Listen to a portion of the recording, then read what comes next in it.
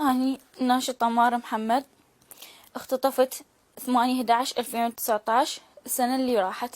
اختطفت قريب عن ساحة التحرير، أخذوني بمكان مجهول وجهة مجهولة، أني ما أعرفها نهائيا. بقيت 11 يوم، أول 5 أيام 6 كانت مجرد تحقيقات.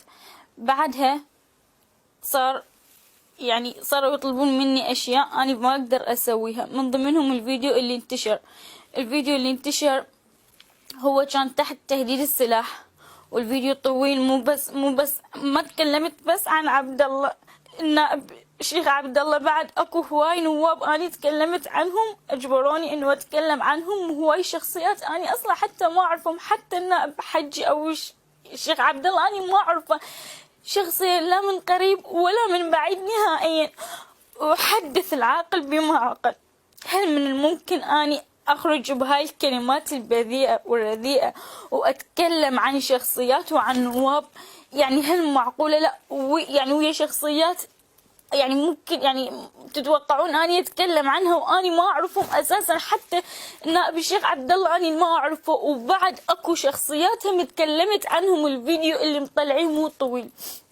بعد أكو ما أعرف، قالوا لي أول بداية قالوا لي استسجلين، قلت لهم أنا ما أقدر. كانوا يقولوا لي أوكي يعني ما تطلعي منا نقتلك. قلت لهم زين أوكي، أنا أفضل تقتلوني ولا أطلع بهاي الصورة الفضيحة. قالوا لي أصلا ما راح ننشره نهائيا، وهو أنت إذا ما طلعتي مظاهرات ما راح ينزل، ما راح ينشر. حتى أنا رحت ما طلعوني، رحت سافرت التركية، وفعلا ما كان اكو اي شيء ولا نشر ولا اي شيء. ليش هسه بهذا التوقيت نزلوه؟ ما اعرف. هل هم يريد يضروني، او لين قربت الانتخابات يريد يضرون هذول، يريد يضربوهم بيا؟ انا لحد الان ما مفتهمه شنو الموضوع. بس اني والله العظيم الفيديو كان تحت تهديد السلاح، واني كل اللي بالفيديو كان اجباري، وكل اللي بالفيديو اني ما اعرفهم نهائيا، حتى من ضمنهم نائب الشيخ عبد الله.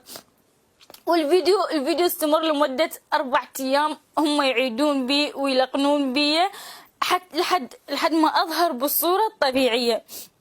لأنه بالبداية كنت يعني شكلي مو هذا، كان بعد أسوأ. هاي بعد التعديلات، وبعد جابولي حتى والله العظيم يعني عود على أساس مكياج مو مكياج، هو كان أصباغ هذه مال حياطين. قالوا لي أنتي مو ماكيرة تقدرين تسوين من عندها وتخلين الوجهك. يعني